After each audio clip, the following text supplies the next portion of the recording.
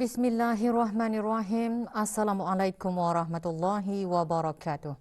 77 kes baharu jangkitan COVID-19 disahkan kemarin yang membawa jumlah keseluruhan kes kepada 14,591 orang.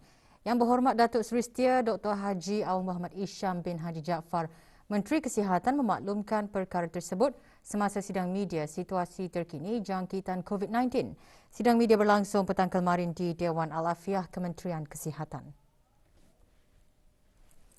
Terdapat 28 kes baru kepada 8 kluster aktif yang sedia ada yang merupakan kontak-kontak terdekat kepada beberapa kes positif sebelumnya.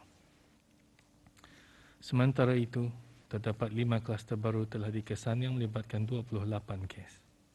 Kluster-kluster baru ini adalah kluster kediaman di mana satu daripadanya ialah kluster Anirus Enterprise Staff House.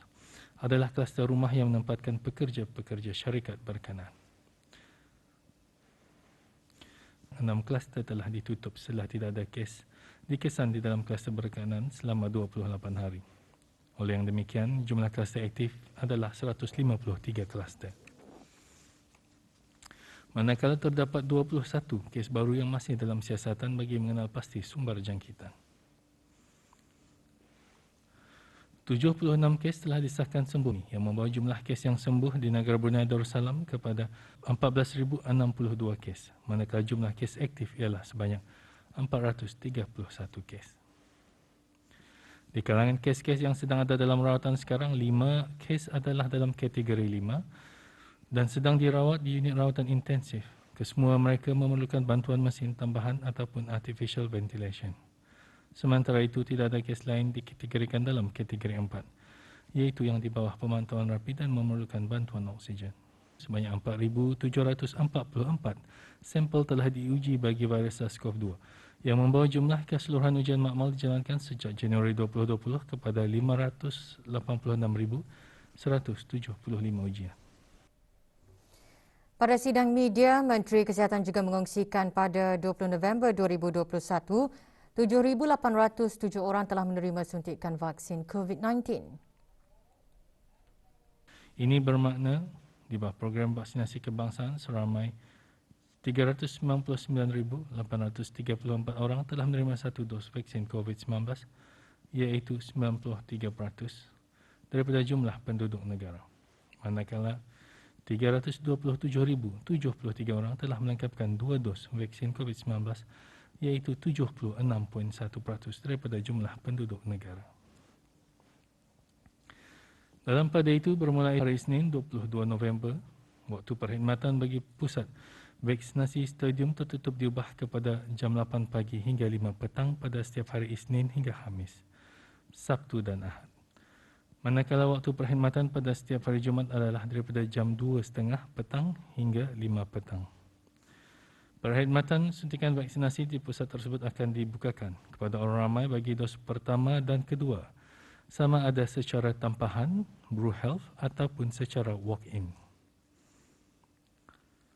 Bagi operasi peralihan yang dijalankan daripada jam 10 malam hingga 4 pagi, sebanyak 5 pelanggaran arahan telah dikeluarkan tenda kompaun di seluruh negara, di mana 4 daripadanya adalah pelanggaran arahan untuk berada di rumah. Kesemua fasiliti dan premis telah dibuka semula semasa fasa peralihan di bawah rangka kerja Pelan Pemulihan Kebangsaan COVID-19 yang bermula pada 19 November lalu. Bagaimanapun, orang ramai perlu mematuhi garis panduan yang ditetapkan oleh Kementerian Kesihatan, termasuk beroperasi dengan 50% kapasiti atau maksima 200 orang pengguna dan petugas dalam satu masa.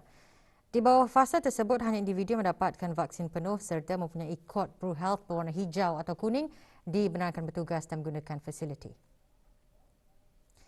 Bagi fasiliti sukan, gym dan pusat kecerdasan, tempoh penggunaannya tidak dihadkan dan hanya dibukakan kepada ahli-ahli yang berdaftar melalui tempahan awal.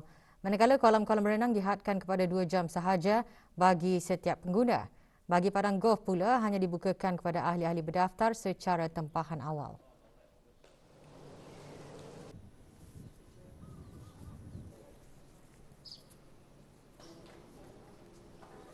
Kami telah mengeluarkan peraturan iaitu ahli pemain hendaklah membuat tempahan 5 hari sebelum mereka tarikh bermain mereka.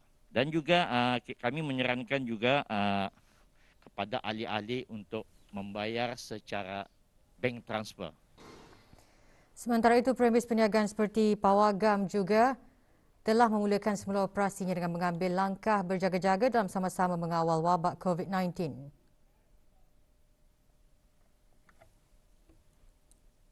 Para pelanggan mesti second dose semuanya, selalu pakai mask dan ada makanan minuman dibenarkan.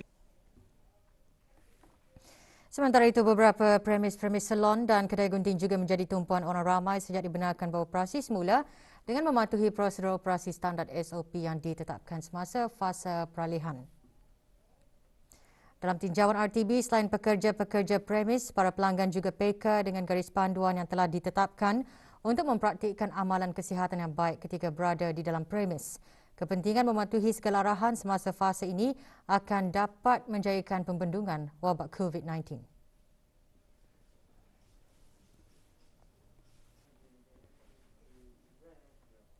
Usually sebelum masuk ke premis, lihatkan dulu scan code orang. Mesti double check dulu first vaccine, second vaccine. And then after that, make sure tanya lagi if orang tu sakit ke tidak, semua ke tidak, batuk-batuk. Even though sedikit pun lah. Kalau ada pun, I suruh reschedule. Kami untuk customer yang untuk membuat appointment dulu ya. And then kalau masuk customer, mesti ada scan. And then yang for vaksin, mesti ada complete also. Dalam dunia serba canggih ini, pelbagai taktik digunakan oleh penjenas siber bagi mengelirukan atau menipu pengguna internet. Apakah langkah yang boleh diambil bagi mengelak dari menjadi mangsa penipuan siber? Untuk mengetahuinya, Azizi Ahmad membawakan laporannya.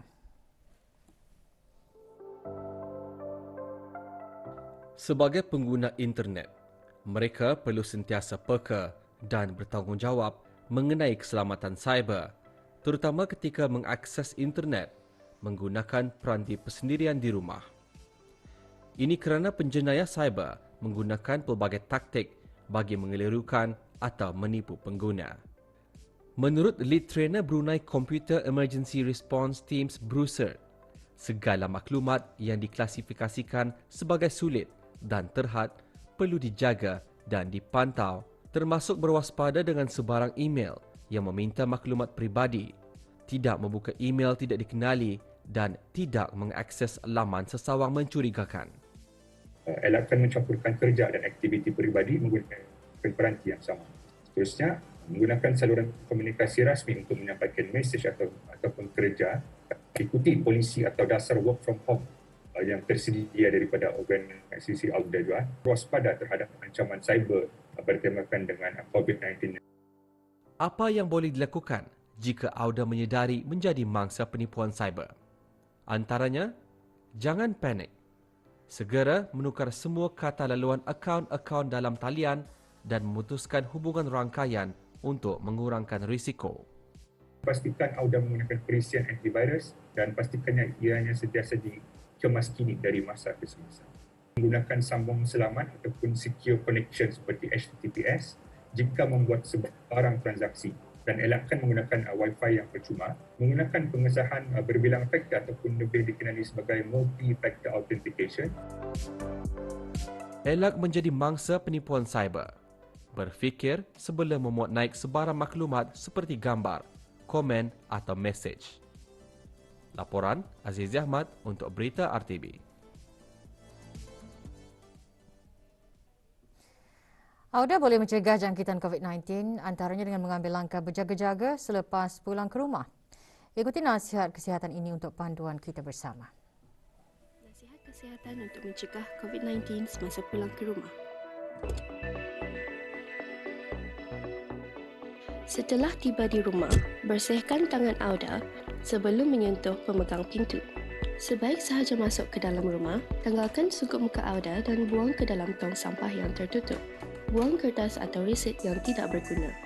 Jika Auda memakai sungkup muka jenis kain, tanggalkan sungkup muka tersebut dan masukkan ke dalam bakul dobi yang khas. Auda hendaklah mencuci sungkup muka tersebut setiap hari.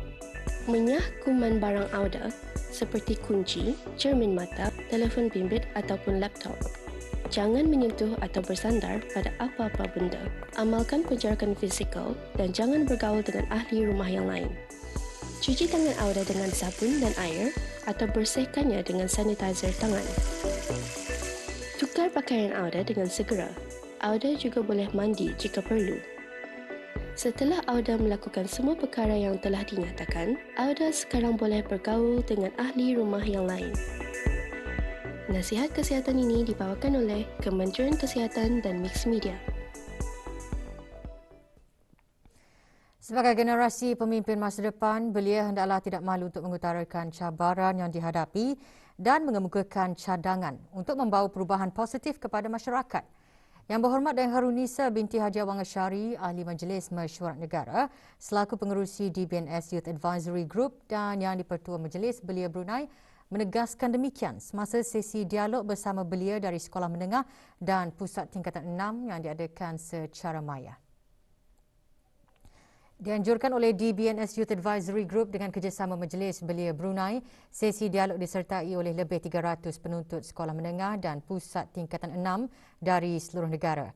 Selain memperkenalkan dasar belia negara, sesi dialog tersebut juga bertujuan meningkatkan kesedaran mengenai program dan inisiatif belia serta mendapatkan input dari para belia untuk pembangunan nasional. Sesi dialog juga diisikan dengan taklimat dari beberapa pihak berkaitan.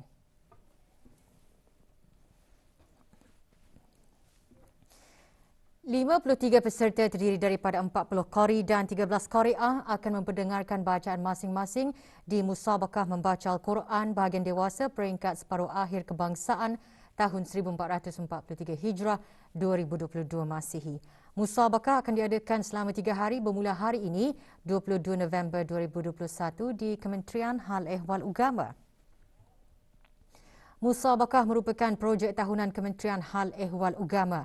Berikutan langkah-langkah pengawalan wabak COVID-19 di negara ini, musabaqah akan dilaksanakan di dalam dewan secara tertutup dengan kehadiran peserta secara berjadual di samping mematuhi prosedur operasi standard yang ditetapkan. Pengumuman keputusan dan penyampaian hadiah akan diadakan pada hari Khamis 25 November 2021.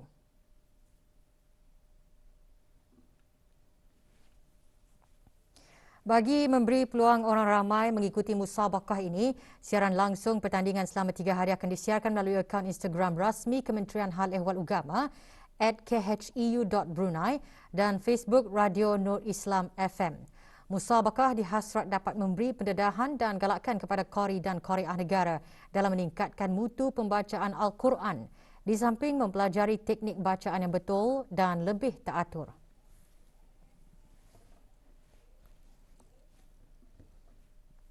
...20 buah kumpulan pelajar berumur 17 hingga 19 tahun daripada 10 buah negara Asia termasuk negara Brunei Darussalam menyertai perkhemahan alam sekitar STEP 2021.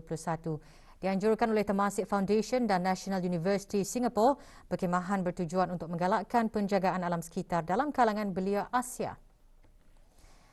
5 pelajar mewakili negara Brunei Darussalam ke perkhemahan secara maya ini. Semasa perkhemahan tersebut, pelajar-pelajar berkenaan telah berjaya memenangi tempat kedua bagi anugerah Environment Poster, tempat ketiga bagi anugerah Environment Paper dan tempat ketiga bagi anugerah Environment Presentation. Selain menghasilkan poster dan esei penyelidikan bertajuk Peatlands, A Dying Gem, mereka juga bergabung dengan pelajar-pelajar NUS High School Singapura bagi pembentangan projek The Black Gold of the Forest mengenai pemeliharaan spesies bakau di kedua-dua buah negara.